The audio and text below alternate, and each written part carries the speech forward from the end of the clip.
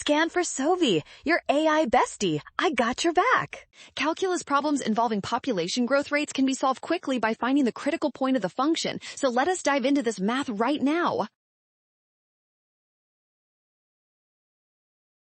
The growth rate is given by the logistic equation. We treat this as a quadratic function of p, which represents the rate of change of the population over time. Boom!